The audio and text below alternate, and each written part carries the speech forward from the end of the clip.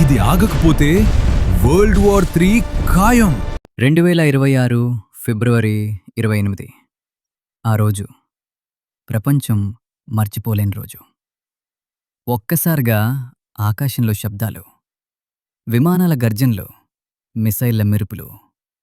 America ఇజ్రాయెల్తో కలిసి ఇరాన్పై భారీ దాడి ప్రారంభించింది. అదొక చిన్న యుద్ధం కాదు, ప్రపంచాన్ని కుదిపేసే తుఫాన్కు ఆరంభం. ఆ దాడుల్లో ఇరాన్లోని కీలక ప్రాంతాలు ధ్వంసమయ్యాయి. చాలామంది ప్రాణాలు కోల్పోయారు. ఒక్క క్షణంలో పెద్ద యుద్ధంగా మారిపోయింది. దీనికి సమాధానంగా ఇరాన్ నిశ్శబ్దంగా ఉండలేదు. ప్రతీకారం.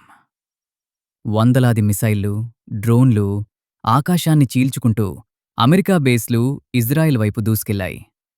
ఆ రాత్రి ఆకాశం యుద్ధరంగంగా మారింది. ఇక్కడితో ఆగలేదు.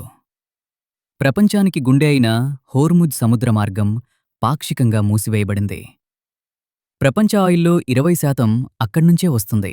దాంతో ప్రపంచం మొత్తం అల్లకల్లోలమైంది. ఇప్పుడే జరిగిన ఒక షాక్. ఇరాన్ ఒక అమెరికా ఫైటర్ జెట్ను కూల్చేసింది. ఆకాశంలో కాలిపోయిన విమానం, లోపల ఉన్న పైలట్ పరిస్థితి ఊహించలేని విధంగా మారింది. కానీ ఈ కథలో నిజమైన బాధితులెవరు తెలుసా?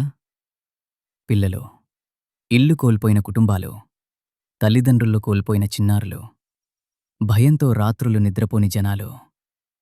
యుద్ధం ఎప్పుడూ అమాయకుల్నే ఎక్కువగా నష్టపరుస్తుంది. ఇండియాకు కూడా దీని ప్రభావం ఉంది. మన దేశం యుద్ధంలో లేకపోయినా ఆయిల్ ధరలు పెరుగుతున్నాయి. ఎకానమీ మీద ఒత్తిడి పెరుగుతోంది. ఇప్పుడందరి మనసులో ఒక్క ప్రశ్న: ఇది ఇక్కడే ఆగుతుందా, లేదా ఇది వరల్డ్ వార్ 3కి దారితీస్తుందా?